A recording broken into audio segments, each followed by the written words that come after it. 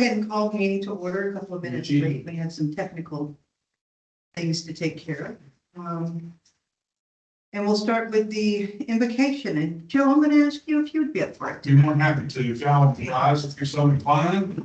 Please stay standing for the pledge of allegiance. Gracious Heavenly Father, we thank you for this day, this opportunity to get together and have some fellowship and enjoy the company here. Please guide these decision makers, allow them to make wise counsel and sound decisions for this community that they love. Allow us to depart here and to get home safely, that may we continue our work in all the various ways we do. Bless all these proceedings, be with our prayer concerns, forgive us for our sins, all this we ask your son's name. Thank you. I pledge allegiance to the flag of the United States of America and to the republic for which it stands, one nation, under God, indivisible, with liberty and justice for all. Thank you, Joe. You are. Take a break tonight. We've all been worn out. I appreciate it. Absolutely. Okay, roll call. We have a special circumstance tonight. I contacted one of our council members because her son has the flu, and out of being overly cautious, we asked if she could go ahead and meet with us from her home tonight, and she graciously accepted, which we appreciate. Thank you, Erica. But the rest of council is here, so we do have a full council in attendance. You have fun over there, Erica? I'm trying to Okay. see. I'm sorry. We'll go ahead and move on to agenda approval, and I'll try and keep an eye on you, Erica, in case you have any questions or anything like that, okay?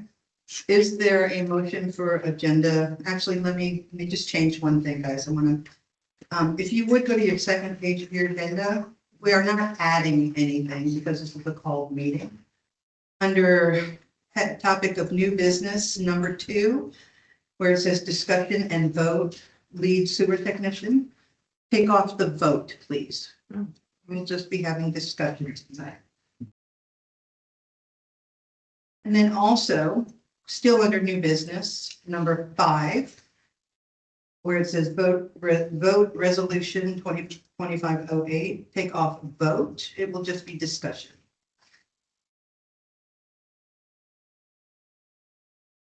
So that's all we needed to adjust, right? Yes, ma'am. Okay, great. So with that, is there a motion to approve the agenda? I will make a motion to approve the agenda as amended with vote taken off of item 2 and item 5 of new business. I'll second that. Thank you. Any discussion? Okay, all in favor, please raise your hand. Okay, it's unanimous. Including Erica. And Mayor, if I can just make a point on, since there is a live quorum here present, she is allowed to vote.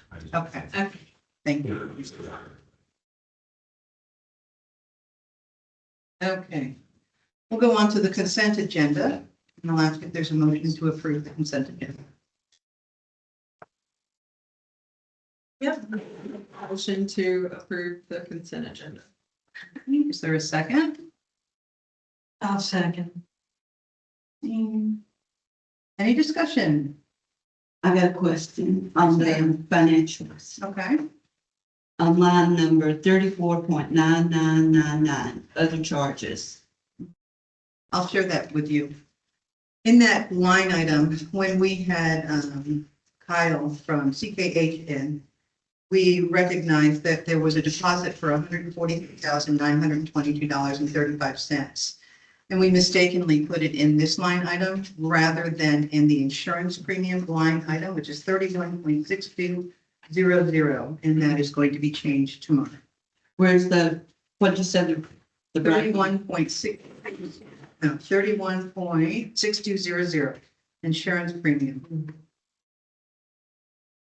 And it's something we get from the state, and they never send any kind of notification it's coming. It just shows up on October 15th. And it took us by surprise this year. So that's why it's there. Is there any other questions? All in favor of approving the consent agenda, please raise your hand. 4, and it's unanimous. Thank you.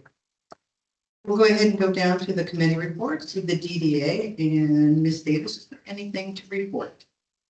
Sure. I spoke with Ms. Andrea Gray, the DDA attorney this month, and she's getting everything ready to do our registration for our annual registration with the state. And we had 3 existing members to be reappointed next year. Great, thank you. The Planning and Zoning Commission, I know everybody got a copy of Joe's Planning and Zoning report. Joe, do you want to focus on anything in particular? Mayor and Council, not specifically, but one thing I did realize that I will, prior to the January one, I will follow up with Joe and Lynn to make sure that the permits that I list as active are actually active. Because I know you've got other folks helping you with the ongoing site review. So that's my best guess at the time was active, but I know try to clean this up every so often, but I mean, I may miss something or us, but I realize I can do a little bit more homework. Thankfully, Lynn asked me, said, hey, do you have a report? And lo and behold, I had one.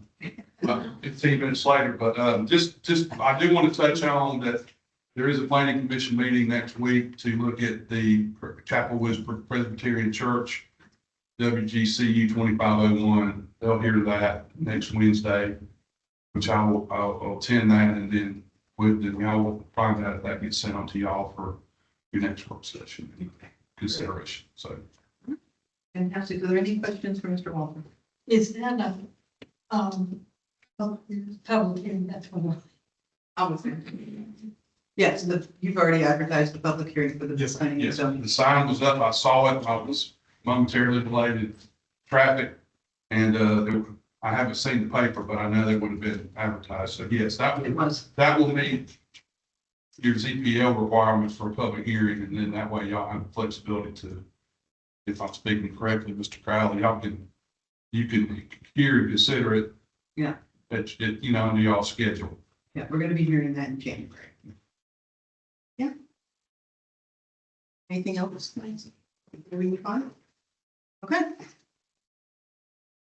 And now for Danny, our library report. It's my favorite time of the year. And I had a great time last Friday. That was wonderful. Great. So thank you. That's so beautiful. Sparkles. Yeah. Sparkles. Markles. Along with the report, I do have the December and the January calendar of events. We have a lot of new events coming in January. But I do want to remind everybody with Mayor Reading Club next Wednesday at 4.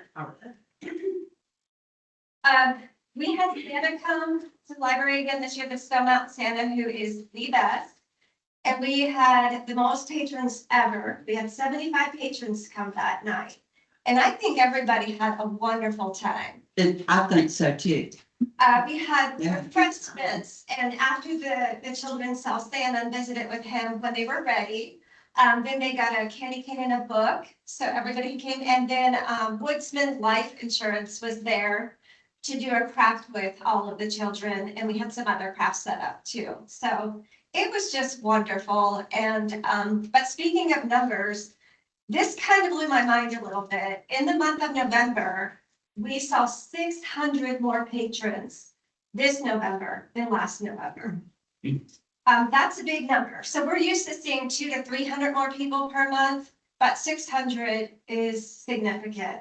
So again, I feel like I say it every month, but this community is growing and the library is definitely feeling the impact of it in such a good way. It's nice to be busy all the time and always have something going on. So speaking of which, the new program's coming in January. We are very excited to have a Friday jazz hour. We're going to start one Friday per month, see how it goes. We're really excited about that. We want to create an ambient atmosphere. And there's not a lot of people doing work and studying and tutoring on a Friday afternoon at 4 o'clock. So we're going to test it out and see how it goes. But I'm excited that our region will approve new programs like that for us, because we like to try new things. Especially to draw some younger people and things like that into the library, which we're seeing a lot more of. The Friends of the Library is sponsoring January journaling. So you can either bring your own journal or you can get one from the friends that day. So that'll be Saturday, January 10th at 10:30. Cuddle with Kittens will be returning. That's a big event that everybody loves. So I want to make sure nobody misses it. And that will be Monday, January 12th, which is at 4 o'clock. We do a lot of things at 4 o'clock because the kids are out of school by that time. And a lot of them go straight from school to the library, so it makes it convenient. Mayor Moncrief Reading Club will again be Wednesday, January 21st at 4. The DAR is doing a genealogy workshop, which is a big hit at our library. So if you're interested in the genealogy workshop, they do a great job. This is a great program. And that will be Saturday, January 24th at 10:30. We're doing a second homeschool curriculum swap because this will be for spring materials and summer materials. We had one for fall, and it was very successful. And then we also have a Minecraft block grant coming up on Saturday, January 31st. And we think that's going to be extremely popular, so we made you a sign up for that. So we have enough supplies for all the children. That's a little bit pricier. That's why I'm highlighting it, because some art crafts aren't super expensive, but that one will be a little bit more costly. Does anybody have any questions for me? Are you looking forward to those 3 days off? Words can't express. Now, here's the thing. I love my job and I loved being off at Thanksgiving. It was fabulous. But I realized after 5 days, I need to have purpose in my life. I need to have a reason to get out of bed in the morning. And I'm really grateful that I have that. I have a job that I love going to. So yes, I will absolutely enjoy time with both of my children, which is a luxury for me. I haven't seen my son since the summer, since he moved to Maryland. Oh, my gosh. So him coming for Christmas is a big deal. Yeah. So, yes, I will have a great time. Oh, I do want to apologize. I won't be able to stay for the rest of the meeting tonight. I have an event at church that I'm going to go to. I know, right? It's what and Yes, stock exchange. Yes. Well, tell Miss Jill and all the other ladies we said, I will. thanks for the invite. Okay, I will. Any other questions for me? All right, I look forward to seeing you. I won't be there next Wednesday. I'll be at the manager meeting, but I'm excited. That's okay. All right, everybody have a good night. Thank you. Okay. Gonna go ahead and open up public comment if anybody has any comments they'd like to make. Mr. Granger. Granger. Me? Yes, sir. Just come up to the podium.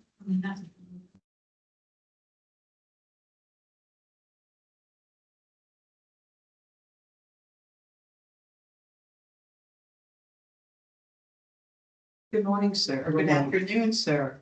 Would you go ahead and state your name and your address, please? What's that? Would you state your name and your address, please, for the clerk? James Gilmer, 3081 Haversham Circle.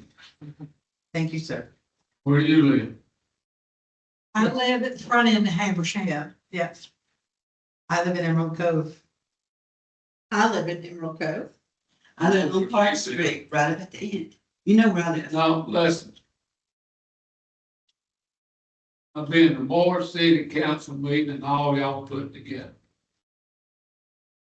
I didn't miss none.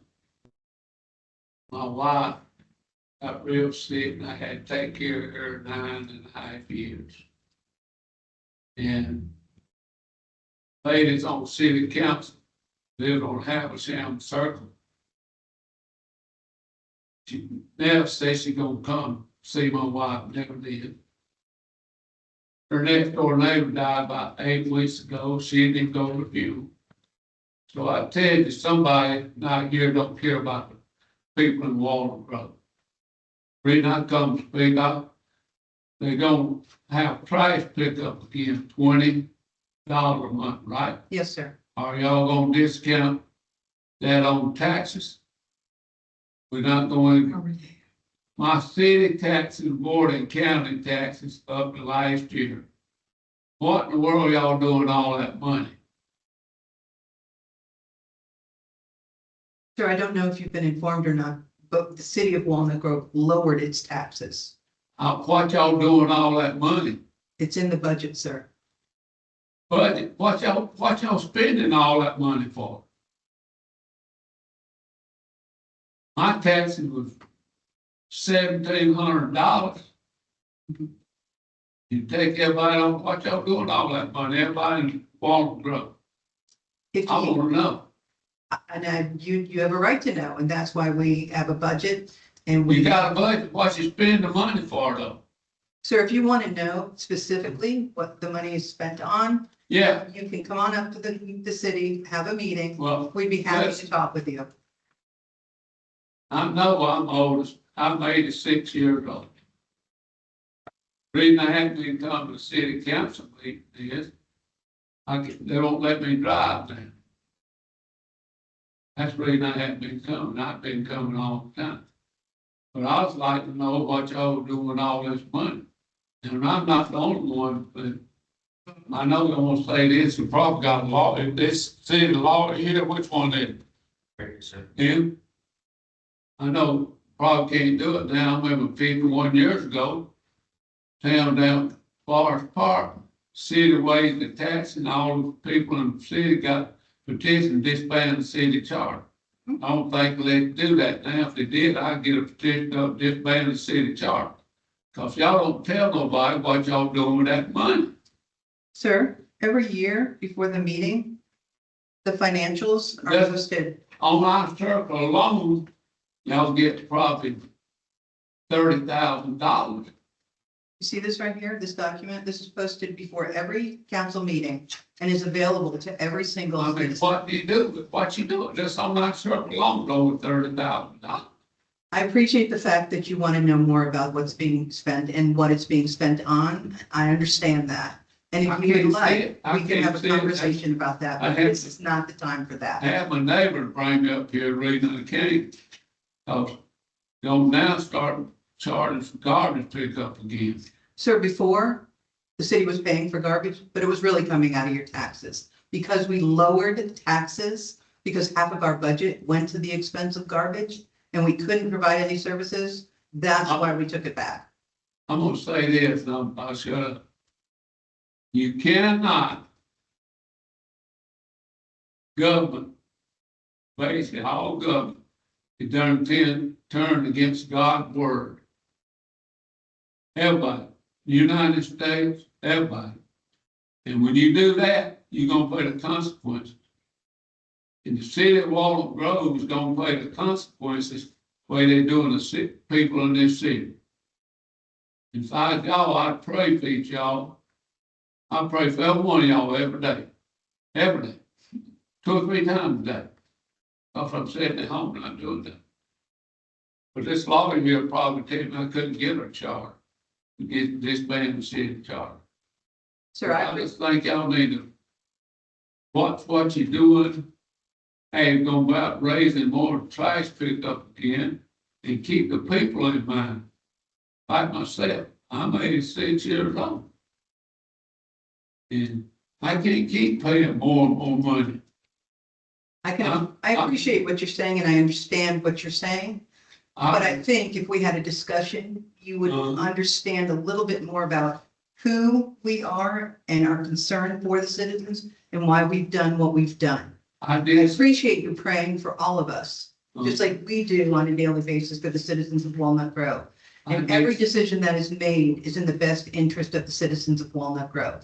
And if you would like to come up and meet with me, or if you want to give us a call, we can have a conversation, All right. okay? But this forum is not for us to tell you everything that we spent on. I did something on October 22nd.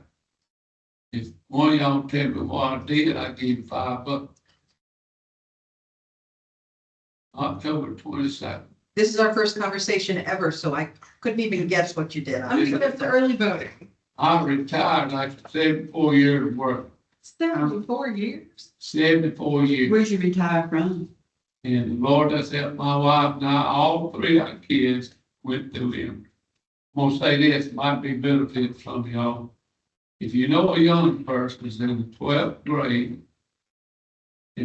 parents don't make a combined income of $200,000, You apply them to get accepted, you get a 4-year scholarship. Ask for David Cameron over to see if I can get a refund, they wouldn't give it to me. Thank you for your time. Thank you, sir. Thank you, sir. Sir. Anybody else? No, there's nobody else. Thank you. All right, Joe, I would normally turn it over to you, but I'm gonna go ahead and run these two. And then I'm gonna turn it over to you for new business. Does that work for you? That's good. Okay. We discussed at the last meeting under old business, a resolution 507, one-time salary increase for all city employees. It's a retention bonus. We shared the resolution at that time.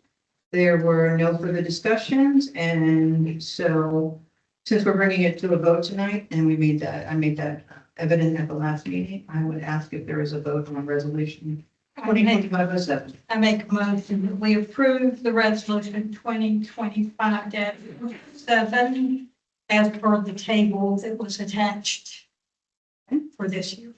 Is there a second? I'll second that. Right. Is there any discussion? No? Okay, all in favor, please raise your hand. That's unanimous.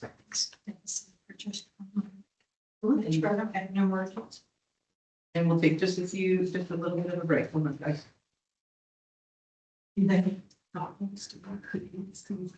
Remember, we're still live. Okay.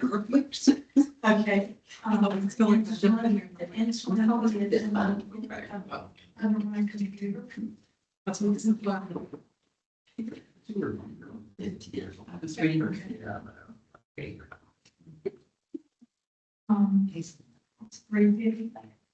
We were, get, okay, give her 10 units.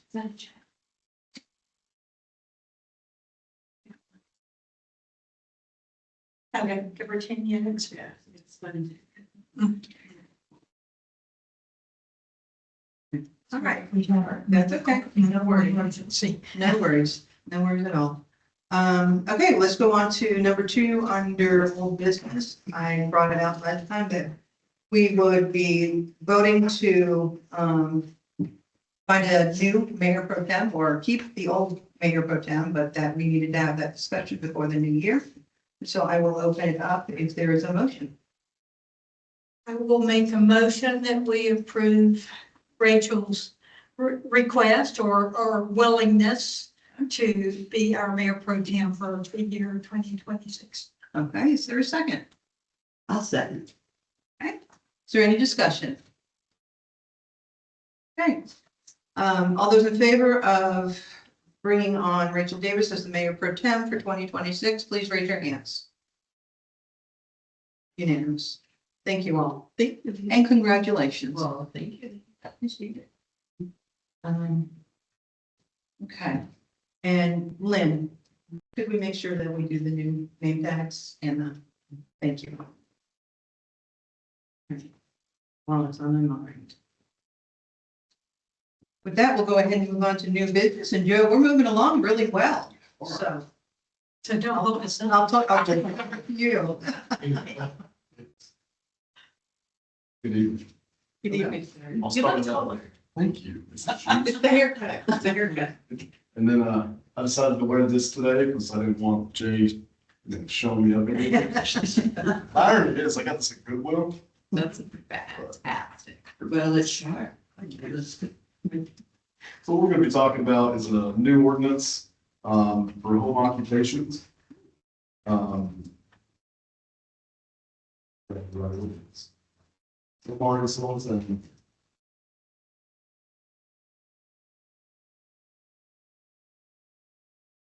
It's 2025-06, correct? That's not low. Sorry. Typically, when we bring amendments to the ordinance, you'll see the old ordinance slashed out, what's added, what's replaced.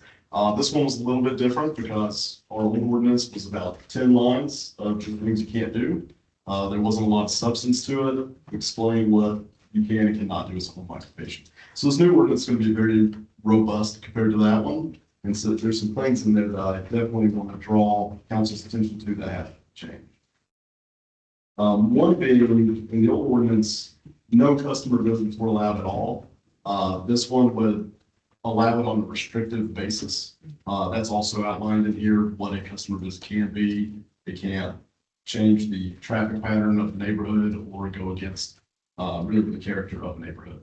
It's very limiting to customer hours, 8:30 to 6:30, and as with anything, all this is up for debate and change. The home occupation shall not generate pedestrian or vehicle traffic beyond what is normal for that neighborhood in that location. Occupations that are mobile or dispatch only may be allowed, provided that the business vehicle used for the home occupation complies with this section and is limited to one business vehicle per dwelling. I have a question at this point. I'll try to catch you. And I noticed there's some description on vehicles.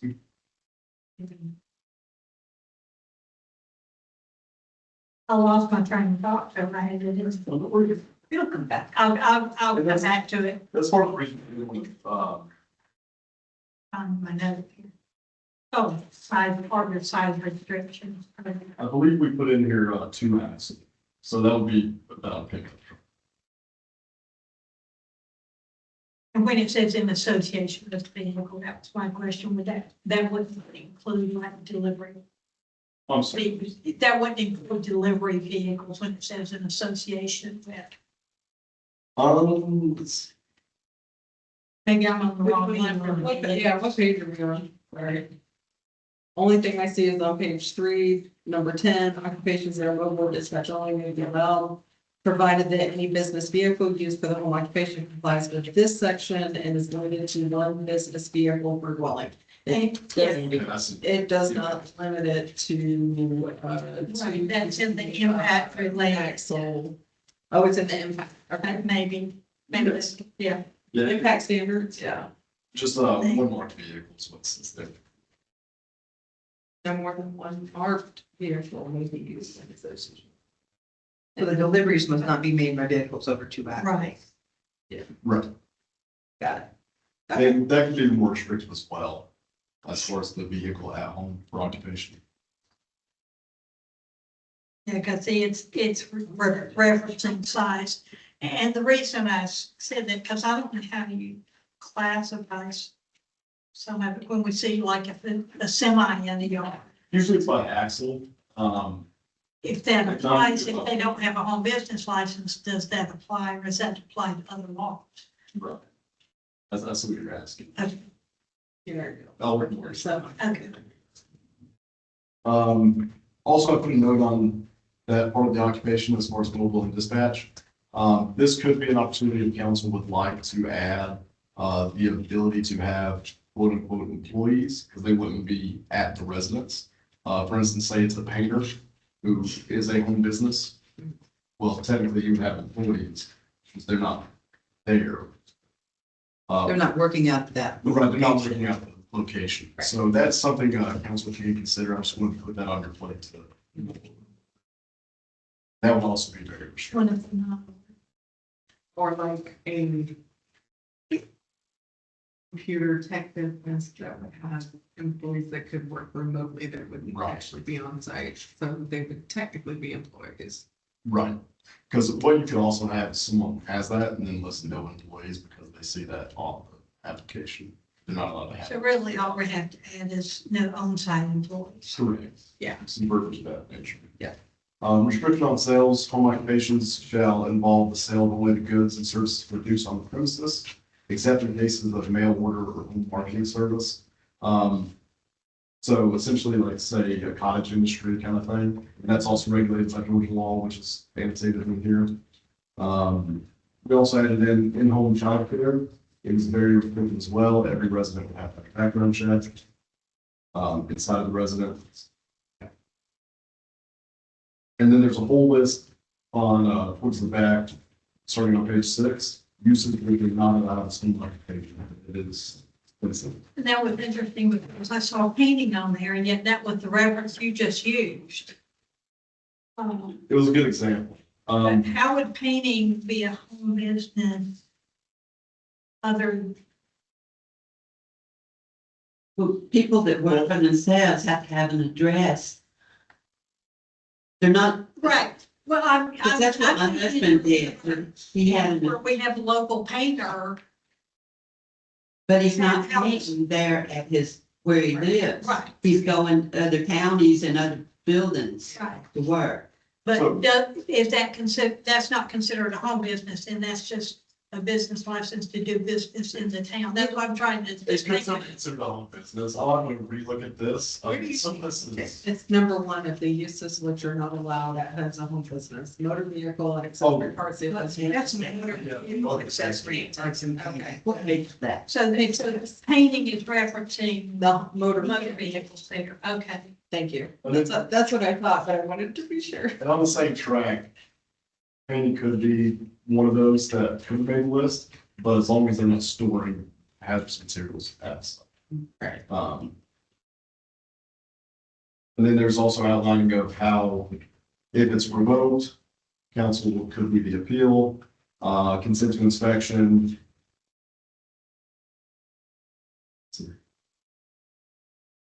So, like an air conditioning service person.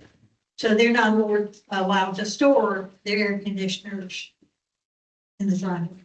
Correct. So one, it would be, outdoor storage would be a problem there, and then two, only 25% of the dwelling can be air conditioning. So, Okay. So 200 square foot building, they can put them in, but they can't be in their backyard behind a fence. Thank you. No funeral homes at home? no funeral homes, which is ironic, because it does say home. Yeah. Welcome home. And so this is open for another discussion or? Right. All right. So we can go through this a little bit more. Those are the things you wanted to point out, right? Yeah. Are there any other areas that you wanted to point out, Doug? Well, that was the big highlights of what has changed, what's being included. Okay. When, Glad you wrote this up. There's been too many questions about home-based businesses. Definitely, and that's why I wanted to get it out. A couple of these feel a little late, but with it being our last meeting of the season, or last scheduled meeting, I really wanted to get these things on your plate, that way you can consider them. Take action. and my only main question, I think, would be any businesses that currently have a license doing business in that department that's now not allowed, will they have to be grandfathered in, not? I mean, I hate to put anybody out of business, but by the same token, So that question, put these in place for a reason. right, and that question has two different effects. One's the practical effect. Right now, after doing a preliminary look through our current business licenses that are offered out, I didn't see anything that would conflict. Then you have the legal question, which. The business license are not like zoning things, that yes, we're doing them every year, so you have to comply every year. The, And, there's not really a grandfathering other than if you change in the middle of the year, you can't take so much. and now if for instance, there's an HVAC, a company that's doing HVAC out of their home, they are in compliance with everything except their storage outside somewhere, but they have inside storage. That's what code enforcement would do. They would go around and if there was stuff that was out, they would let them know they need to move it in. So we wouldn't want to cancel anybody out. And this document now gives us a tool to use, if they don't comply. Right, yeah. So that's a good thing. Now, in that particular question that I asked, I was thinking of the manufacturer of firearms. Because at one time, there was a business here in town that did that. Okay. Yes. Great. Anybody else have any other questions about that? Thank you, Joe.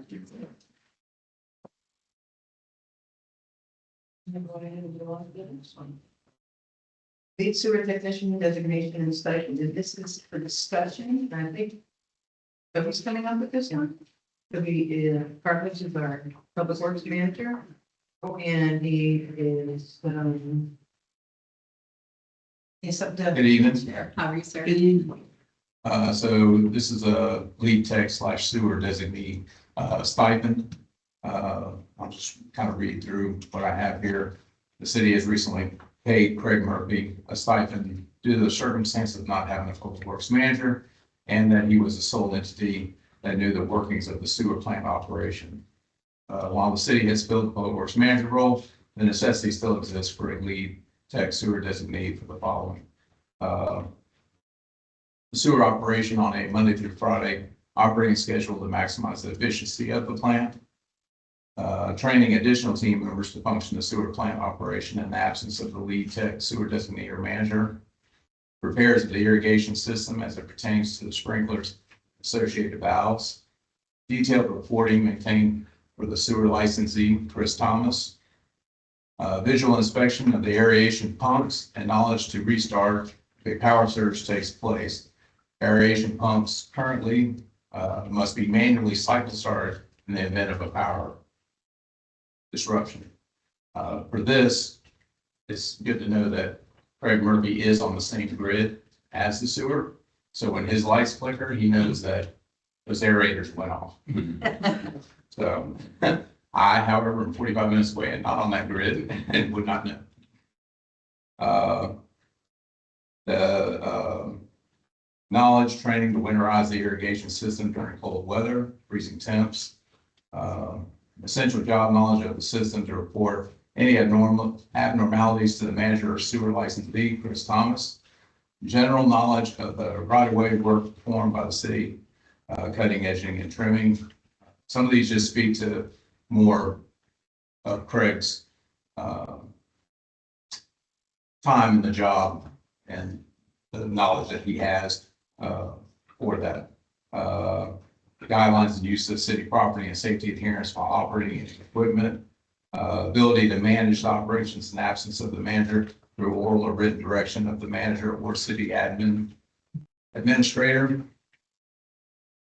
The ability to direct operations in absence of direction to complete daily activities required to maintain the general operation and cleanliness of the city. And then the next part is some of the things that this kind of outlines. My understanding is when Craig was given the stipend before, there wasn't really a formal list of the things that he would need to accomplish and be in charge of. So one of those is a level 4 completed course and test by July 1 of 2026. Just so all of you are aware, level 4 is the lowest level of sewer maintenance. It goes 4, 3, 2, and 1. Be the lead in winterization of the sewer plant as needed by weather forecasts. Return sewer plant to operation as weather forecasts permit. Operation beyond a day of operation. Just so all of y'all are aware, we are able to unwinterize one zone and run one zone and then change it back to winterize. We don't have to unwinterize and winterize. So for knowledge, when you winterize the system, you have to go out there, you have to turn this valve, and then this T is here. And then all the water that's pressurized in there then goes out this and drains into the field where there's no water standing in the pipe that can freeze and burst the pipe underground. So, and there is approximately 30 of these that have to be turned open for all that pressurized water to relieve the system. In turn, when you unwinterize it, there's 30 that you have to turn back or just by zone, which we have been working on identifying the different zones. Assist with the general upkeep of the public works equipment and vehicles. Increase sewer irrigation operation as needed to ensure the pond levels are in a functioning level for any scheduled maintenance or shutdown. On call for emergency situations at the sewer plant and city roads to the effect of being on scene first to give a city evaluation of the need required to resolve issues. So that being said, Craig lives 5 minutes from the sewer plant and he lives right outside the city limits and he is the closest to report. So if we had a citizen report that a limb went down the roads or we had some bad weather, he could come in and evaluate that, reach out to me. Toby, I have a question. So am I understanding correctly, you're wanting to get us to consider Yes, to consider it. patient for Mr. Craig Murphy again and to continue with the All stipend? right, so what I would say is, I would ask that it not be particular to Craig Murphy, but just a sewer designee stipend. Whereas if Craig moves on, that stipend could then be applied to the next person that would be that designee. But not asking the certain amount of money, that's up to the mayor and council to decide what that stipend would be. Because as I stated here, at that point, he was kind of filling the managerial part, which he's now not. It's more of the sewer base. So, Does he want to keep doing it? he has agreed that he would like to continue doing that. And at any point that he would say, hey, you know, I'm out, the stipend would then come off. Well, I think that's awesome. Perhaps it's. I don't know that.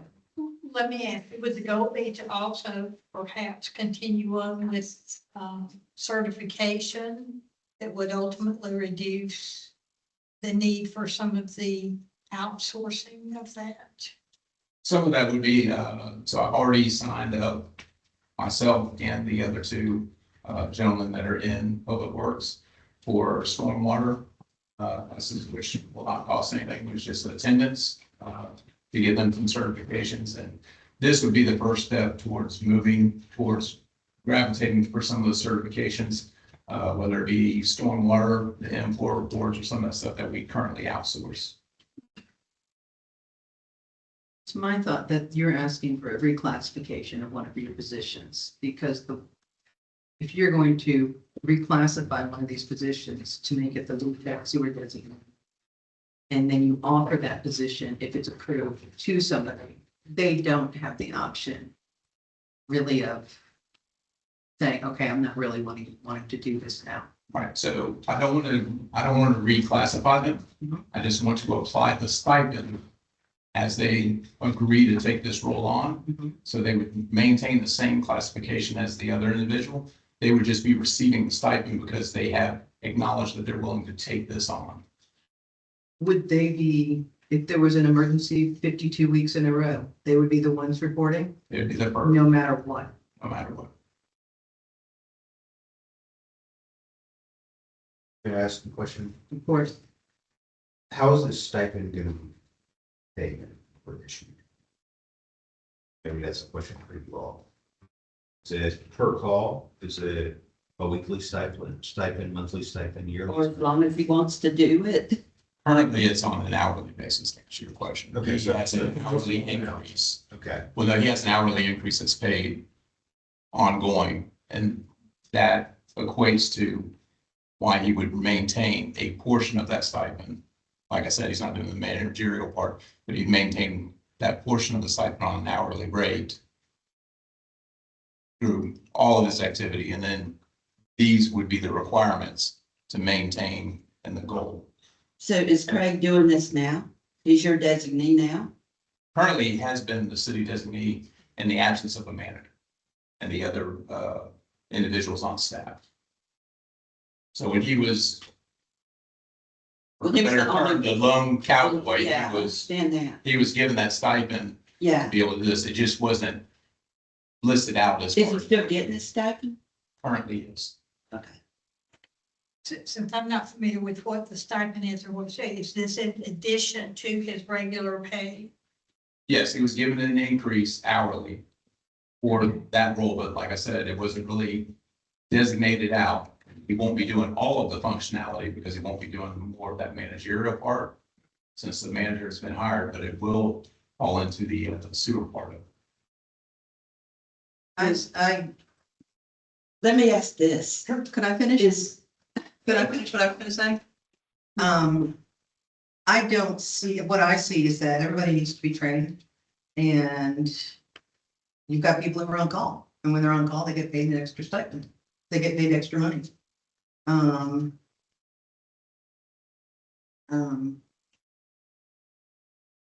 As first reporters, I mean, that's the normal way it's done. If you're on call, you get a certain amount for the weekend, and if you don't have to come in, you don't have to come in.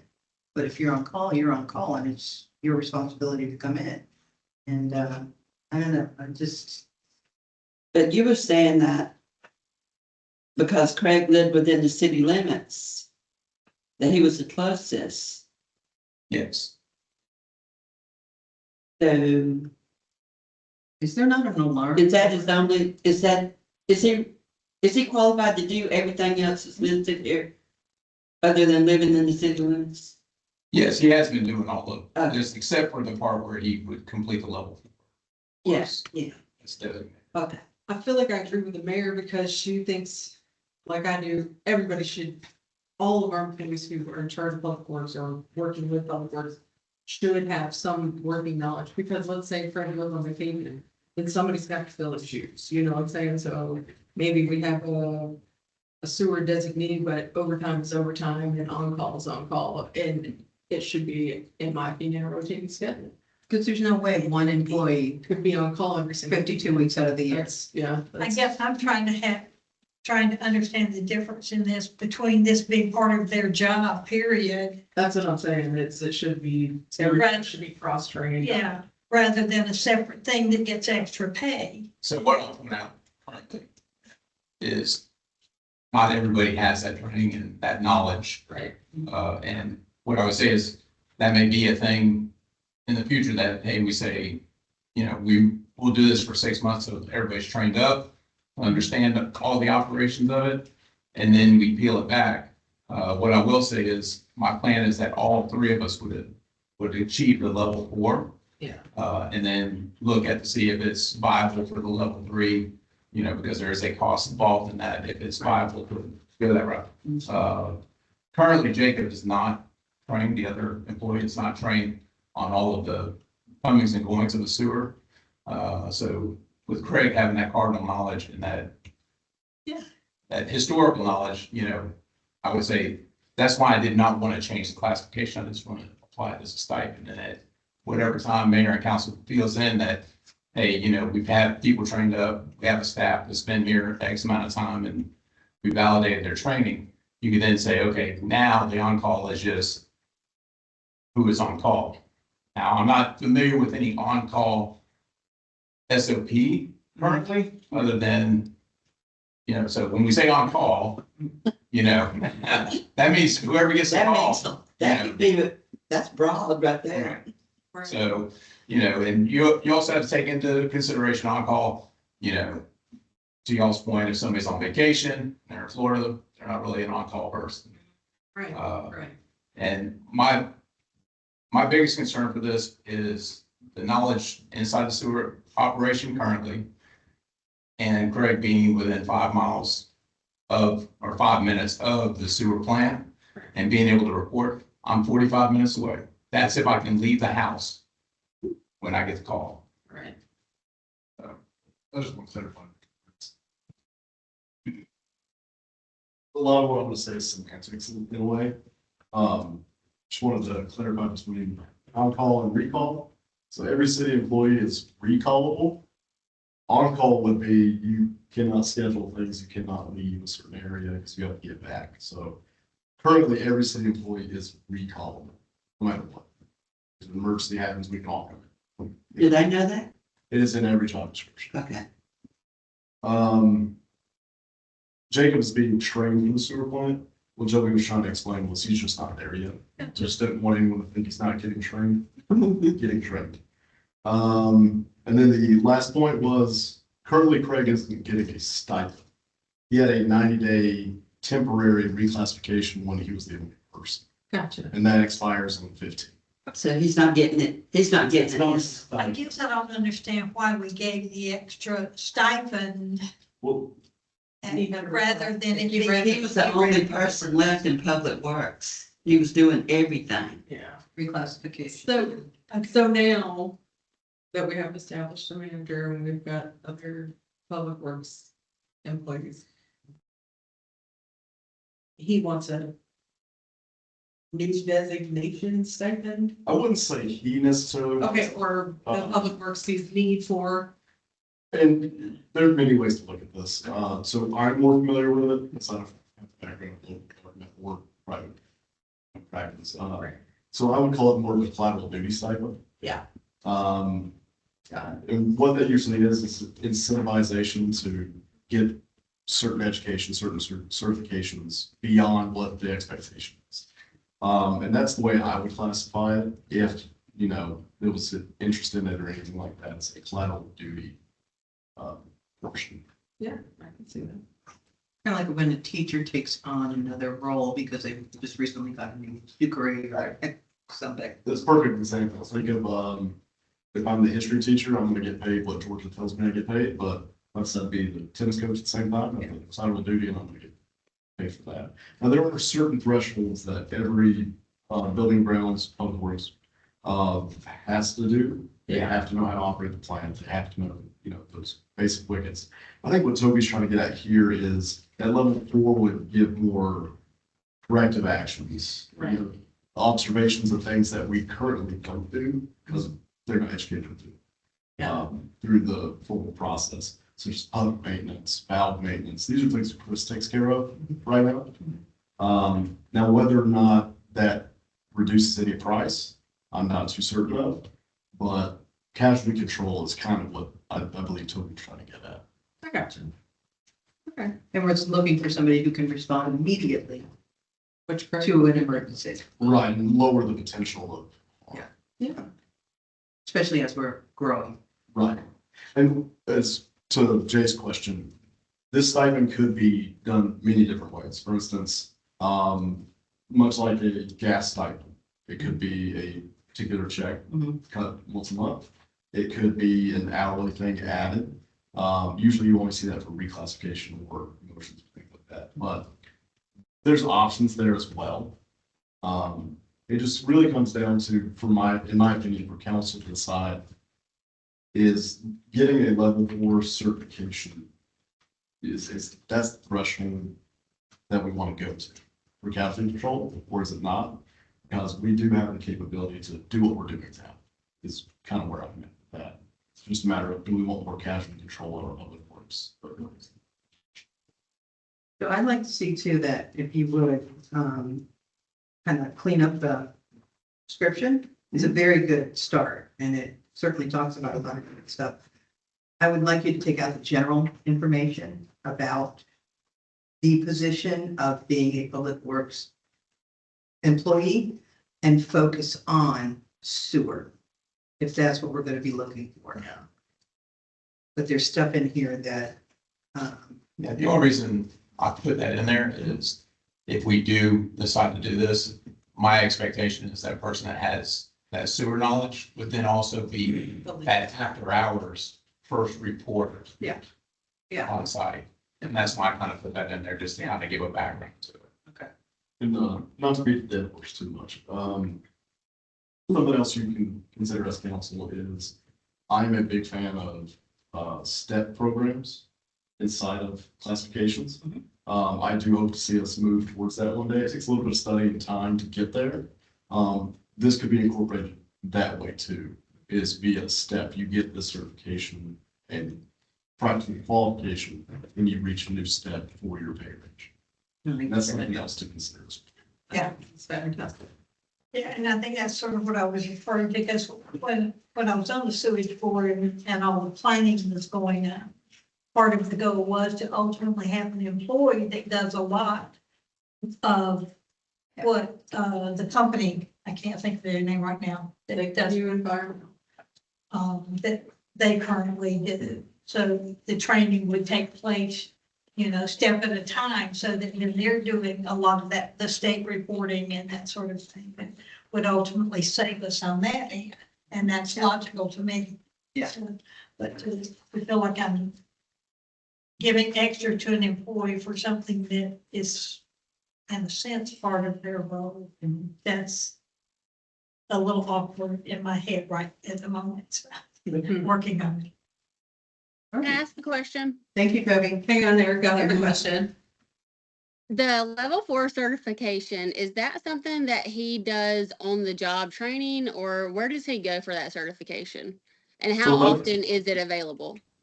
Level 4 certification, I believe this is what information we got from Chris. You can either go to a class and they offer them in various locations, or you can actually request out books and self-teach and then go take the test. Okay. Thank you. You said our guys are signed up for that. Which one are they signed up They're for? signed up for stormwater. Oh, stormwater, my mistake. You're absolutely right. Okay, They're signed up for stormwater and 4 different components of stormwater. right. And that's in January, February. Fantastic. Joe, did you want to add something? Just to say that, Georgia Rural Water offers those classes. I was looking at that. If y'all aren't a member, you may be, you should be. They're out of Barnesville. And they're a great resource for small systems, but the licensure goes through, there's a Georgia State Board for water and wastewater operators like real estate agents, cosmetology. And this class 4321. GRWA offers the training. They also have a lot of support, which if you're a member, you can get for when you just need somebody to talk to about your system. Because one of our utilities directors on the board, so and it's not a lot to get. Plus, you have the opportunity to go to those classes that have conferences and a good way to get to meet other people who do what your folks do. Just for your knowledge base. Thank you. You're welcome. Very much. Okay. Thanks, Toby. Yeah. And I know you're hanging around for one more thing. Preventative maintenance. Are you doing that or is Joe doing that one? Is the Lakeview environment. That's the, Yeah. so we asked Chris to send me over basically a standard operating procedure for the monitoring and preventive maintenance. It just kind of goes over the responsibilities, definitions that are included in that, monitoring, inspection frequency, and looking at that. So what prompted this was Craig had mentioned to me that the lift station was due to be serviced sometime back before I started. And so if you flip over to the end where you have the Oconee pumping and repair, what it is that lift station has a large amount of grease that has solidified, has a large amount of sediment down the bottom of it. So Oconee Plumbing came out and gave us a quote of $3,500. In addition to that, for an extra $100 and the price of the diesel fuel, you bring the diesel fuel out there and top off the tank that's out there. I'm not sure if y'all are aware, but there's a backup generator tank that runs that. And Chris periodically comes out there and runs that just to make sure everything's operational on it. This would be cleaning the walls all the way down, cleaning all that sediment out and discarding that. One of the things that we will look into after this is I've asked Wes Voss, who is the owner of Oconee Plumbing and Repair, and I've also asked Chris, is getting some preventive measures in there to keep the grease from building up as much. I'm not sure when the last time this was done. Nobody knows that I've asked. It has not been done. Okay, That was when the state came out to do their inspection. yes, From the former manager and I walked around. And at that time, he inspected it and said that there was not a great deal of buildup of anything. Right. And this was some time ago, and that we needed to look into a yearly cleaning to prevent issues from happening. Right. So, okay, so there we are. Yeah. So like I said, this is the price to clean all that out. I had Chris Thomas on the phone, video call, when Wes was out there. Chris was very impressed with, him going to the point of climbing down the ladder and lifting the pump motors up and inspecting how much stuff was down there. Currently, Wes said we got about 1.5 to 2 inches of freedom on the pumps, and the rest is sitting in sediment or silt, or granular silt and sand silt.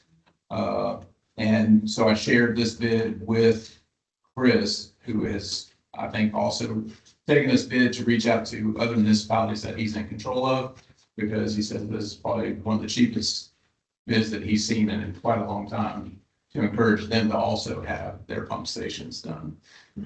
can this company respond in emergencies? Yes. We need to. get something in place for that. Okay. For emergencies.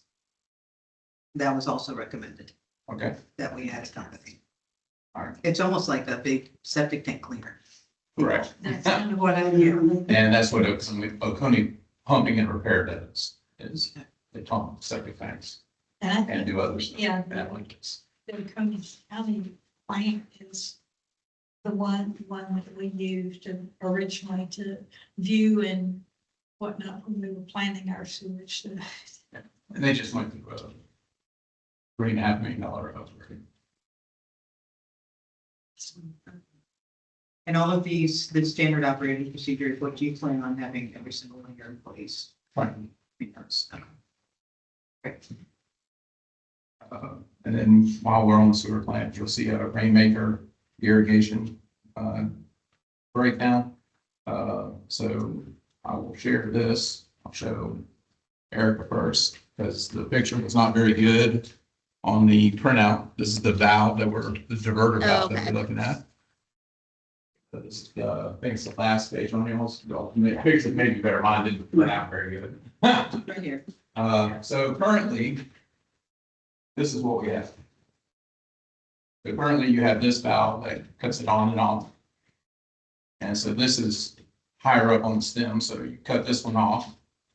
And now the water is trapped. So then you cut this one open and the water flows out of here. So you have a T down here and this. So this sticks out from the pole about 8 to 9 to 10 inches out. When we have the guy come and cultivate the hay, usually they clip the hay, and when the hay wraps around this, it yanks this piece, we get breaks. To me, it's a maintenance nightmare. This piece, however, when you look at it, would be this piece, but with this stem on it. Yeah. So you'd have this piece with the flow stem out this way. So you could then channel the water to go to the head or to bleed off. This would then have a 45 that would then point up. Currently, these are roughly almost on the ground, and when you open them up, it creates a cavity because the water pressure comes out of volume at first. And so you end up with these cavities around those, which are dips and holes, which allow the hay to grow up even higher around there and wrap it and entangle it.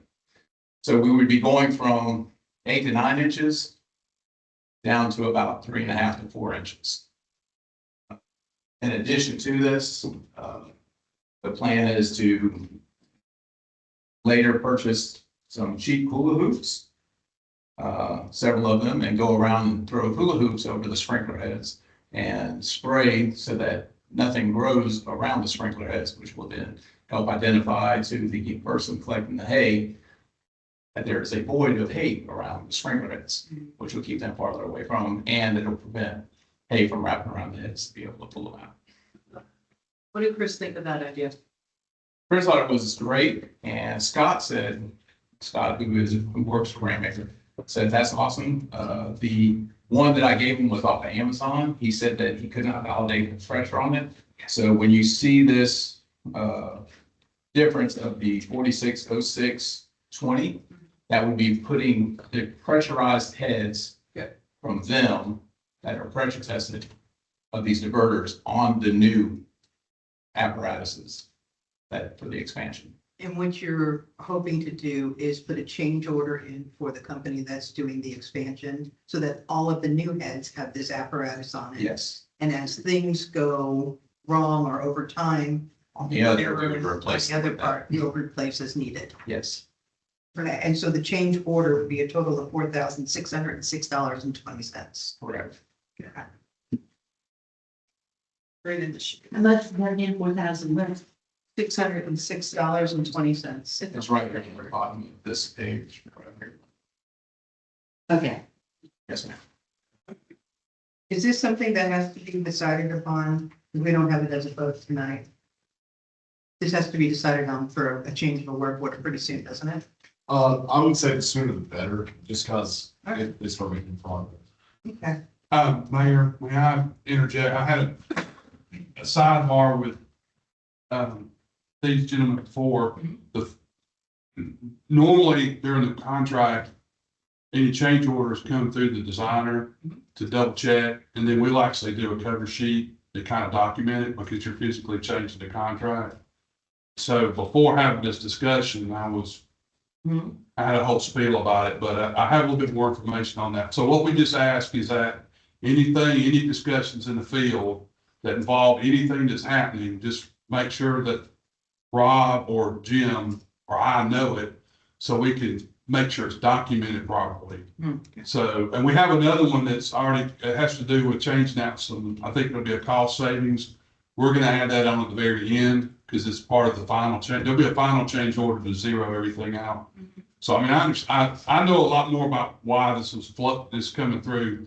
Plus, we want to make sure that whatever materials are quoted are proper for the application, also because there's a warranty on it that comes with the product. So, and I think it's just a matter of just making sure that if y'all are going to act on it in a future meeting, that we have the paperwork to go on top of it. So when you execute it, because their contract, IHC's contract with the city will change, showing that change order in there, because this is coming from the sub to IHC. So just to make sure we got the paperwork, that's all. We might need to do that pretty quick. But we'll touch base tomorrow. That's fine. Okay. Just so y'all are aware of that. Yeah, that makes sense. What's the other change order that you've got to have there? Well, it had to do with changing out materials for some valves or something. I asked Rob about that as well, and he said it was something that would be cost savings or material difference, stainless steel going to something else. I can get you that. I would forget. Because it looks very much like this when I saw it in the folder. How'd they get that? Well, it's just a surprise. We also, as part of that, we'll document in our system, change order 1, change order 2, change order 3, the final, all that. Just so that, because your records and our records need to be clean for the auditor and for GFA. Yeah. So that's all. It's just a matter of Oh, it's no problem. of paperwork. Okay. So the only other thing I'll mention out of the new sewer expansion was they had not currently shot the line where they're going to cross over to the existing field. But I did mention to them that creek basin there is kind of deep. And if they have to go down, you have to stay down, and they may be very deep. And they might want to look at an option of putting in a culvert pipe and creating a land base across it to seal that pipe down where they don't have to go down as far. Because where they're crossing now, it's probably about a 3.5, 4 foot drop on one side and about a 6 foot drop on the other side. So once you go down into that creek bed, you have to go down that far on both sides and then continue that far down to get out. It's just something to think about. Okay. All right. All right. Well, this is our first time with anything like that with GFA, so we know now. No, it's and see that discussion as well. If it's discussed in the field and it seems like a good idea, then the contractor should run that through us as well before it gets, so that everybody understands what the proposal is. Sometimes you have to fix things in the field because it's, and if there's not a cost difference, it's usually easier, but if you're gonna change the contract, we wanna make sure it's documented. That's all. Okay. And this happens all the time. I mean, it's part of, especially with Toby being out there and knowing these people and being the one that's gonna run it. Yeah. Effectively, it's good that you've got folks out there as well to watch and learn and listen, so. Okay, great. Thank you, Toby. The only thing, I have one more thing I'll mention. In working with Chris, we are going to reestablish the safety line that goes across the pond out there with the buoys. And we are also going to, I would say erect, but we're going to put a 20-foot PVC stick in the middle, the weight at the bottom. That'll have depth measurements on it marked periodically, where then we can add that to the reporting where Chris knows what depth we're at inside the pond. Yeah. Which he said would be great and beneficial. That's fantastic. So, Thank you. all right. I mean, That's really great. You're this year in the fall. Have you had many deer in the pond this year, Toby? Not that I know of. If they're in there, they're down. Waiting. They will stay down. They're below the clover field. Okay. Are there still lines on the pond, like ropes anchored from outside the pond to in the pond? That's what we're getting ready to do is run that safety line across the middle. Great, thank you. I have a question. All right. I could not, Oh, Erica, sorry. I could not see the different types of products that were being used that Toby was talking about. Are there spec sheets for those products that can be sent via email? I don't see that I received those. Their spec sheets. So what it is the one that you have the picture of is one that I found on Amazon, but it does not have the pressure rating on it. And the one that they're speccing out for the 4600 is a pressure rated diverter valve that looks exactly like that. Okay, But and it the main just- difference between the two valves are really how far they stick out, right? It's how what? How far it sticks out. Yes. Yes, Okay. the 9 inches versus about 3 inches. So the new one would stick out about this far. Let me get closer where you can see. So the new one would be that picture that you have, but a insert here, and then it would have a T that points up right here. Currently, what we have is this one with a T below it with the 9 inches sticking out at the Okay. bottom of the ground. So there's not really more parts to it. That's what I was wondering, if there's more. There's parts actually to the less other parts one. because you would be Okay. replacing this one and doing away with this. And Okay, then you would just have a 45 off of here that would divert the water from the 3-way valve. Yeah, less chance of breakage, looks a lot more sturdy. yeah. That's what I was wondering, which I'm sure Toby was very well aware of. And currently, just so you know, these current situations that we have, not all of them are the same size. Some of them are 1/2 inch, some of them are 3/4. So we have to carry multiple sizes of these because they're not all the same size. Thank you for the clarification. Whatever he's. So, yeah. And if y'all are done with me, head on. Thank you, Toby, very much. You're gonna give us the public works report? Give you what? I'm giving you a hard time. I appreciate. Thanks again for the reindeer too. Good evening. Love them. Yes. Okay. All right, well, let's go ahead and move on to resolution 2025-08. Road fee schedule for 2026. I was hoping we'd get them for Jacob next week. Yeah. So we did pass or vote on our fee schedule already in November 13th. However, looking at our charter, we should do a resolution to confirm that. So I have written a resolution, addressing the last time our fee schedule was updated, addressing when we had our vote. And that also takes into account for its first reading. And then further, originally my intent was to allow the council to vote on this tonight. However, for what we're going to talk about right after this, there has been a proposed update to the fee schedule on the very last page of the fee schedule. And that is for filming, television, motion pictures, and graphics productions. Oh, yeah. Walnut Grove is the. So if you look through there, a lot of these, I tried to compare with other cities that have had a lot of film industry come by, Covington, Newton County as a whole, Monroe, Winder. Yeah. Vastly different in every city, like what they charge, and I'm talking from $200 for an application to $2,500. So there's no consistency there. So I put in there what I think would work for the city of Walnut Grove, between street closures, because we don't provide the sheriff's department for that. That would be the sheriff's department, so keeping it fair there. High impact filming, which I do not see ever taking place here, because it will be case by case basis. That would involve a lot, which we can talk about in the proposed ordinance. And then what it would be to rent out certain properties owned by the city. And usually those are outside shots as well. And when we discuss the next ordinance, I'll kind of explain how this came about. We add Public Works to that, just in case. Oh, their time? Well, no, I'm talking about Public Works building, We can. because we don't have that on here right now. And We just, what is high impact filming?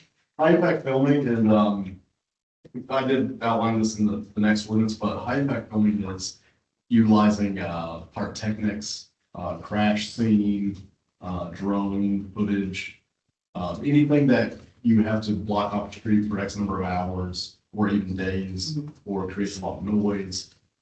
It just goes, a lot of vetting goes into that. So it takes a lot of staff time. It'll take a lot of research sometimes, depending on what they want to do, to see if we could do it or not. Is it 1,500 a day or 1,500 in the cave? That's for the application. And I'll clarify that. Right. Mayor, an example of high impact, and maybe Joe remembers this, but a few years ago in downtown Lawrenceville, on the square there was a shop that was being used for, I think it was Stranger Things or some big production everybody's heard of. Mhm. And they were actually blowing out windows, like an explosion Okay, in downtown Lawrenceville. That happened, shut down the whole square yeah, in the middle of the night. So it's abnormal stuff like that. all right. Yeah. They added to that, a fee for high impact filming daily. Mhm. Yeah. Okay. When they're using the library or if they're using the municipal building, they use the library, is that, since it's a city building, does it go with the permits or application go to the city? The application does go to the city. Now, we will have to coordinate with Azalea to do it. And that goes for everything we do, as far as if they want to utilize City Hall, there's some shots there. We're doing our schedule to figure that out. It would just take, coordination with these departments. I'm assuming even if they're just wanting to film anywhere inside the city limits, like if they came to my home and wanted to use my home, it needs to be coordinated. They have to have a permit because they're in the city. Right. They'll have to have permit, they have to give notice to residents, they have to give notices to businesses, anybody. And I assume that the applicant would be, if there were damage or something, they're the ultimate responsibility. In other words, if there's a subcontractor that did the damage. If they were gonna come in, there would be a contract, right? And, Yeah. Correct me in my pronunciation of this, indemnify? Indemnify? That would be it. Yes. So the way it works is there's an application fee for anywhere they're filming in the city. If they were using city property, there'd be a separate contract to rent out to the city park or city hall or this building or whatever. Okay. All right. This comes about because you had somebody ask, Right. right? I will say that there are companies within the real estate industry that will rent out homes for days, weeks, sometimes months for filming projects. And usually it's a lease agreement that's signed between them and the property owner. And then you're saying on top of, obviously that has nothing to do with the city, but they would need to get a permit to film within the city limits, correct? Correct, yes. Okay. Yeah. So the way this came about, Thursday, a gentleman popped in and he was a site locations manager for a project for a Hulu show. And, Or what show? a show on Hulu. Oh, okay. And, they were interested in using, they liked the facade of our library. So I would guess college campus, something like that. But he was wondering our process. I had told him, we haven't made it to that point yet, but I will draft something up for council to consider. And he can reach back out to me on Friday. Before you came on, we had a film crew show up and film in the church parking lot. And they got a permit through the county. Same thing just happened at the school. Yeah. What's So, cool? Walnut Grove. Walnut Grove High School? They were using their parking lot for, overflow. For a site off or outside of Walnut Grove. Who set it up? Do you know? We'll talk about it later. Let's make sure all the entities, once this is passed, receives a copy of this. Absolutely. Yes. So inside of this ordinance was created utilizing the same cities that I mentioned earlier, Winder, Monroe, Covington, Newton County's ordinance, and even one out of Louisiana that I thought had a really good ordinance that we could put together and create something that would work for Walnut Grove. It talks about everything we talked about, high impact. It talks about the disciplinary procedures, how they have to go through those stages. It even adds how many consecutive days of filming in certain locations to be considered high impact versus low impact trash. This came out today, as you know. So my goal was to get it out here, allow council to see it, have a quick discussion on the implications of this, and give time to review it as well. Just wanted to get that initial conversation started. Fantastic. Have you talked to anybody at Covington? I know they have a ton of experience. They have something most pleased. They have the lowest fees. I mean, Maybe they just haven't paid their fees lately. And there's other things in here for the same impact we were just talking about. Removal of vegetation. They would have to come back and put things as is. And they'd have to get our authorization for anything right away. All of those things. Yeah, Loganville had them, their downtown was totally redone. yeah.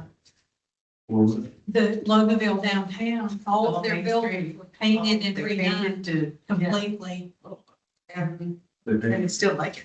Oh. A lot of them are They still. kept most of I've it. got most of it. Oh, I guess it was optional if they wanted to turn it back or whatever. The murals in Monroe were done that way too. Uh-huh. Painted social circle. Yeah. So we'll get in on. It's our turn. Maybe they'll bill our downtown for us. Yeah, right. Okay, anybody have any other questions about that or the need for it? The only question I had, and I was trying to find it, in something I was reading, I wanted to make sure we weren't including like standard photographers, So- like that would be doing senior shots and things that they get involved with having to abide by this. Right, so still photography itself wouldn't be occupied by this ordinance. Okay. But also there is an exemption clause inside of it. For instance, if we're doing a production for Walnut Grove, we're exempt. Students are exempt for projects, things like that. And, We inside have of the it- option to exempt. right, we have the option to waiver fees for nonprofits. News is obviously exempt. That's just by trade and state law, if, things are going on. So there are exemptions. Thank you, Joe. All right, let's get down to reports. Is there a public works report? I think we got it. Yeah. I'm back. All right. So the one thing that we are all excited about, the whole crew and myself, and now you guys can decide about, is we were awarded, the Elrams safety grant of $6,000. So we're gonna be going through that list that we submitted to them to, narrow it down, because you always shoot for the moon and take it back down to $6,000. 6,000. 6,000. So, that's something we're. What's the name of the grant again? Elrams. LGRMS And they just split off, so in the future you'll hear different names. from GERMA. Right, it's the same associations. So they're working through the pole lights and any wiring issues, and you've seen that as if you drove by City Hall last night or tonight, the reindeer are lit. Yeah. Or lighted. I think I had that conversation with someone. Lighted. Lit. Toby is very good with electrical. Yeah, We can see them at night. you can see them right now. Yeah. Yeah. And these are the deer that won't run out in front of you. Or those are working. Upstairs and right past the mayor's office in City Hall, it is totally painted and carpet up. Looks great. It's gonna be our new city clerk's office. All right. So that's exciting, and our public works guys did that for us. They did a very nice job. They did. It's very professional work. I'm trying to skip over the things that he's already outlined. We are now creating a new parking area in front of Public Works. We're gonna mark that out, outline it, Cool. and next to the barn, next to City Hall. So those are gonna look a lot better Fantastic. in those areas. And as far as the community, there was a sinkhole out near Wilson Way, right next to our stormwater system, and it had the potential to affect our stormwater system. So they went out there today and filled it up with crushed rock or some old, it looks like it came off of some, cement, maybe some old sidewalk, something of that nature. What was it? Type of sand, Vista Way. Vista Way. Yeah, and it was a large enough area where Toby could go waist deep, throw the rocks down. So we're very thankful that resident noticed it Yeah. and that we could have a plan and it will not affect. Great. And we're not in danger of collapsing any No. pipes with. No, not at all. Good. Okay. Thank you. City Clerk, Lynn Hurd. I'm gonna start with the bank accounts. In the general account, $653,940.42. The sewer operating account, $5,509.18. The 2019 SPOS, $948,054.82. The money market account, $1,465,781.04. DDA, $89,780.75. The sewer plant expansion, $399,390.33. And the LAS sewer plant expansion, $206,000, $31.60. And the 2025 SPOS, $209,462.30. What was the amount from the DDA account again? DDA was $89,780.75. So it changed. You spent some money? We had an automatic renewal of our website domain hosting, Okay, gotcha. and it's for I think it's the next 5 years, if I'm not mistaken. Okay, Gotcha. Citations for November, Walton County, we had 3. Georgia State Patrol, 0. And code enforcement, 0. And the rentals, for the pavilion, we had 2. And Ballfield Reynolds, was 12 in November. They start slowing down this winter. But, I think it was Erica that asked me last month to do the yearly total for 2025. And, we had 231 days, 231 practices rented out for 2025. And the fees were $7,463. Wow. And that wasn't even a full year, Half the price. probably. Yeah, so was it, I think it started maybe, February, March. yeah, I don't remember. But, in 2026, I've already got travel teams calling me. I've already got 4 teams that have committed for the entire season. And, they have booked, I got 2 teams that have booked 40 practices on Mondays and Wednesdays. I have 2 teams that have booked 38 practices and 35 practices on Thursdays, Tuesdays and Thursdays. And they are paying up front for these practices. And if you look at the years total for 2025, just these 4 teams for 2026 is $7,432.50. And we still have days to book. That's incredible. Now we just Thank need some you batting for showing us cages. that information. What? What'd you say, Yeah, we Erica? just need some batting cages. Yeah. Batting cages. Anybody want to? Let's get us. And 7,400. That's $14,800. That's incredible. That is not even a full year yet. And we've almost covered the cost of those lights. Right? Thank you for that information. And you're welcome. I appreciate it.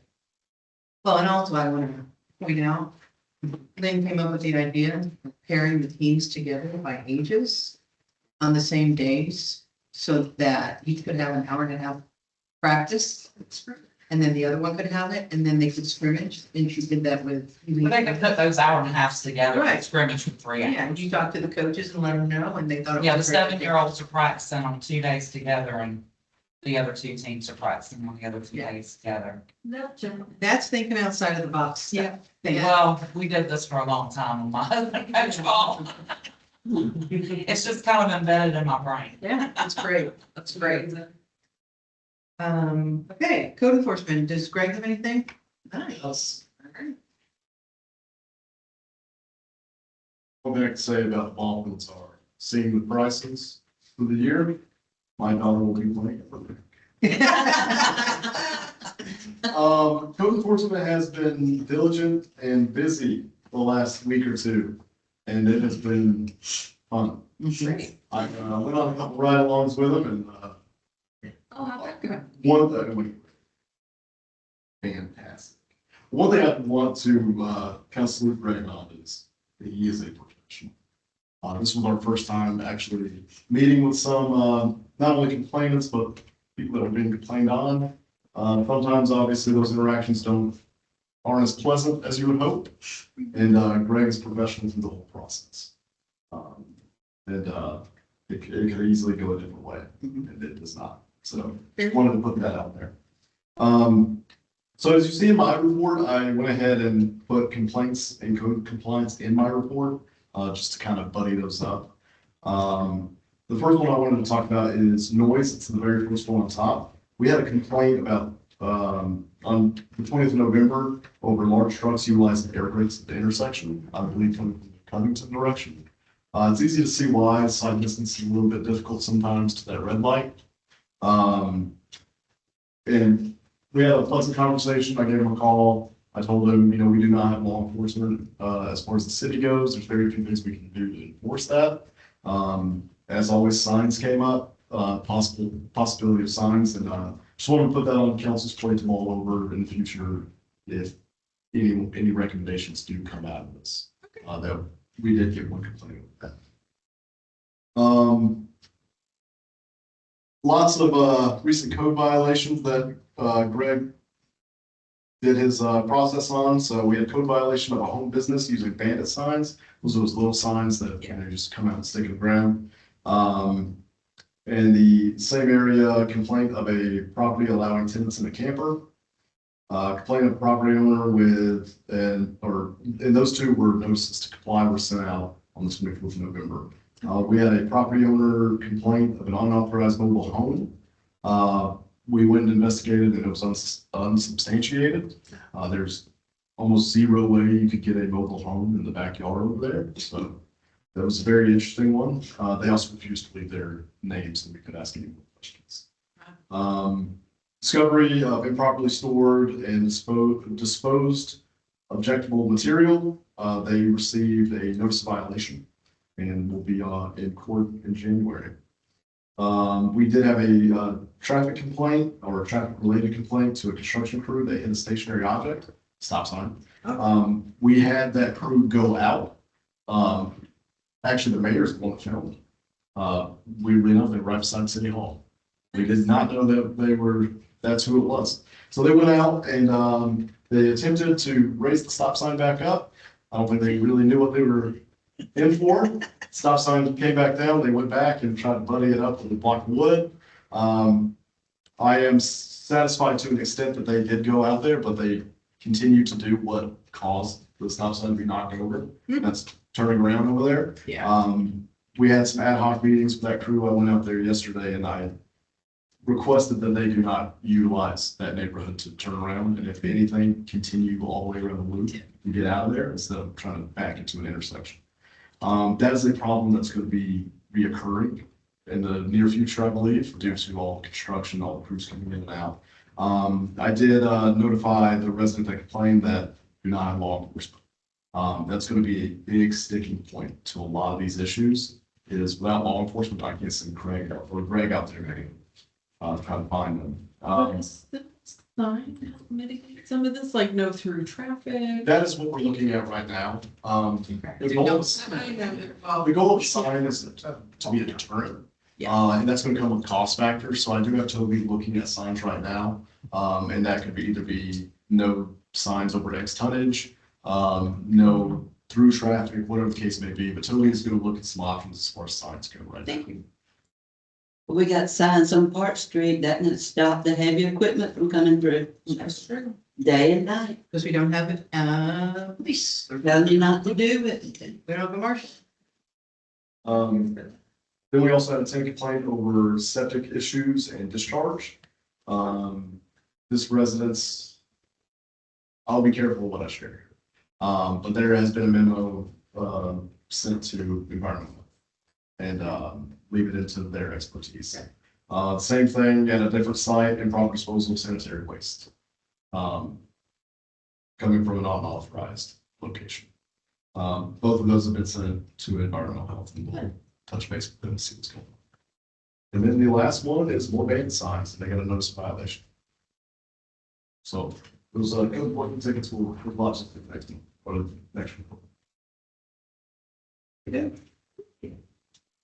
Do you have a city administrator report on anything? I Step on his time. do. Okay, I actually did highlight the ones that I felt I wanted to share. So, capital assets, we did our first list of assets to be offloaded and taken off our insurance and auctioned off through Gov Deals. Right now, we're going through to get PIN numbers, things of that nature, to find all the documentation on those. And those are things like the trucks that are just sitting in the back, dump truck, things like that.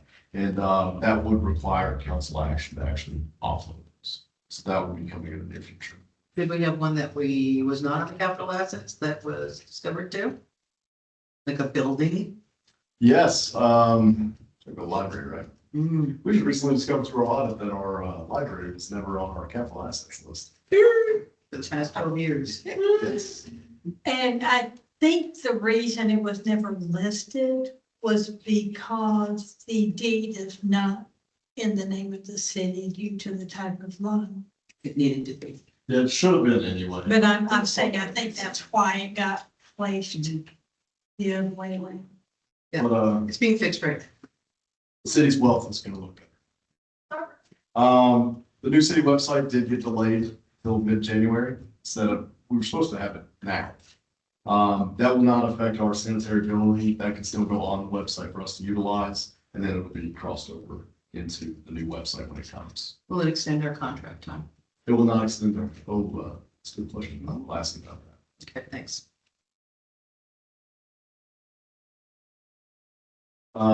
Sanitary building software, we're at the training stage now. We had our first introduction to it on Wednesday. Lynn sat for most of that and she's now an expert on sanitary. But I got a chance to look at it as well. It looks like a phenomenal system. It's going to definitely be able to be utilized for more than just sanitation as far as information gathering and things like that. Were you able to see it from a end user perspective or just from? Not end user yet, but I believe our training, the following training, we should see every aspect of it. It's going to be more advanced training. Is there any way that we could be included on the end Absolutely. user training that way citizens that we know contact us and say, hey, I don't know how to do this, maybe we'll know how to use it? Yeah, absolutely. And once we establish that, I'll send it out. Thanks. Training and certification, so we already talked about the virtual stormwater training. We had Ms. Cox, she went to GCIC training today. That's where she was at. And that is a training that we've been lacking and needing. And it was brought to our attention by Greg. that certification can go a long way for a municipal. Still working on drafting the sanitation contract. I do have a template going through that. Once I fully flesh that out, I'll be sending it right back to city attorney. Our student employee, I'd like to give a little update of what she's learning now. Right now, she is working on the creation of various social media accounts, Instagram, all these other things that kids use these days. And that's her current project. Once that's established, she'll learn another piece. Our next resolution or ordinance, she's going to help me draft to give her that piece of experience as well. And that way she can type it. I don't know if this falls to her or somebody else, but I had 3 people contact me this week that didn't know about the tree lighting and said, I'm not on social media. How would I know? So I just wanted to point that out. So if there's something we can think about, somebody can get creative with somewhere. That's going to be a common thing in any government, right? So I still hear people say, I didn't know there was an election. It's on every TV, it's on every billboard, block. You see the signs everywhere for elected official. People always say they didn't see it. Right. And not to discount what they're saying, and this is probably true. We had it on a website, we had it on social media, we had it outside the city hall. We're only 2 square miles. They definitely passed us. Yeah, But- it didn't go from the sign to what, just a couple of 3 days before that. So, Right. But that's kind of like with, business licenses. Every year you have to do that. Every year we're gonna be doing the truth. But to be fair to people, we didn't put a sign on the posts because it just doesn't really look all that great. But I don't know, we can figure out a way. that's what I said, just throw it down. Maybe that's something she can do to get creative with what are other methods we might utilize to get the message out. County Parks on and be a great place to advertise. Very last thing, not much has changed on the upcoming, but I want to just draw people's attention to that, just to keep that in your mind. What could be upcoming as part of the project? Okay, and now it's me, and I'm gonna keep it very brief. We told you we wanted to do this as the last meeting, but unfortunately, we have to have another real brief one, guys. We had a few loose ends that we need to clean up. One is we need to do a budget amendment for the audit to finish that off. And we're working right now with Sam to get that done. Also in that meeting, we have a court order about a cleanup on a property and we need to approve the amount. We have some bids that came in, so we're gonna have to do that also. And that's really, I think, it, maybe 1 or 2 other things, but we'll do it very briefly and I will check with everybody to make sure they're available. Hopefully, we're gonna get this done next week so we can be done. As you see in front of you, I've done the calendar proposed. Please take a look at it. Let me know. I'd like to go ahead and get it advertised. The dates that we got from the school system are proposed. It's not firm yet, but they did have, their proposed one is usually the one that they go with. I'm not too concerned with anything. And we did take into consideration all of the conferences and conventions and school breaks, big school breaks, with the meeting sessions. Budget preparations will begin in the new year. If you have any ideas, if you know that you want to hold an activity or a program or do something along those lines, please come up with your items and what kind of money you're going to be needed for events so that we can get that on there in the right way. I have some information for you guys. I met with John Howard and Tish from Tish is, I guess, very involved. I don't know the last name off the top of my head. But John Howard has been very involved with this impact group of volunteers in Monroe. And it was called the Monroe Walton Youth Project. They're now making it the Walton Youth Project. And they asked me to come in to see if we could expand over here. So I'm going to be coming up with a program and trying to get volunteers for that. They have student volunteers, they have people in the community, they have everything going on. And the beginning of our involvement will be the Reed Bowl 2025 kickoff. which will be on January 8th of next year. They're going to be having the kickoff at Walnut Grove Elementary School, and they're looking for some celebrity readers. And it's not a very long period of time. I have the agenda right here that I'm going to share with you all. You each can have one. I'm looking for 5 more celebrities. I'll be doing it along with 2 other volunteers from the community right now. And basically you choose a book, and if you need help choosing a book, they will help or I will help. And you go into a classroom. It's the after-school program. There's an initiative, as you know, throughout the state of Georgia about getting the students reading at a higher level. We have a literacy rate at 40%, 43% or 42% right now, which is unacceptable. You know that it's the governor's initiative also. And so we're all trying to do as much as we can to get the literacy rate up in Georgia. We figure that people who can read when they get out of high school, will be more successful and will therefore be able to get better jobs and hopefully be able to stay in their hometowns or move to other places in Georgia. But we need to do what we can for our communities. So that's going on. This is the flyer of what the group does, and I'm going to share that with you also.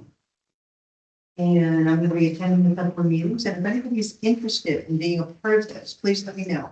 Okay? Okay. And I think that's it for me, right? I think that's it. I think that's it. So please get back to me if you're interested in any of the things I just mentioned. And if you need me to go over it a little bit slower, I can, but I'm trying to get through things as quickly as possible. We have had a few people come through on messaging on Facebook, thanking the city for the work that we're doing and cleaning it up. And while everybody may not be on board, that's okay. We got to keep doing what we're doing in the faith and the fact that we're doing the right things. And talk to those folks who haven't had a chance to meet us and let them know what's going on. I wish you all a Merry Christmas, but I will see you in a week or so. And I think that's it for me. I think that's it. Cool. All right. So there's a town hall portion, but nobody's here, so we will leave that be. Any council comments tonight?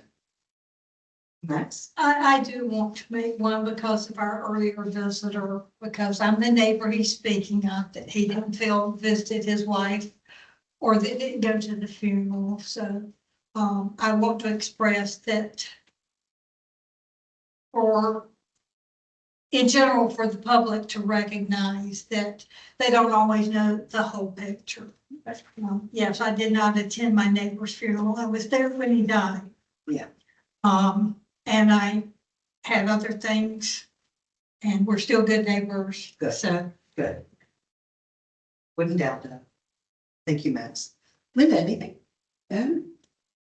Well, it's Christmas.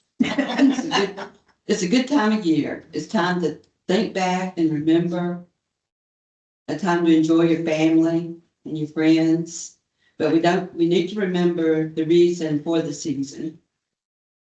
That it's all in the giving.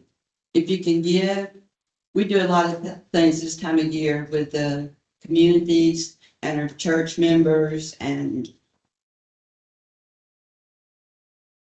people that basically just need a little handout, a little step up. To feeding the hungry.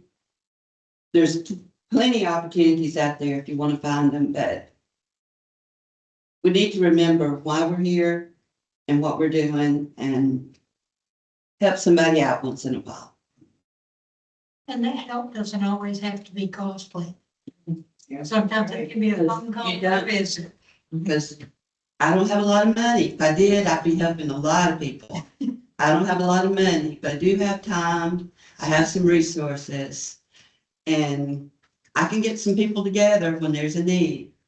So it's important to do. Thank you, Linda. You're welcome. Rachel?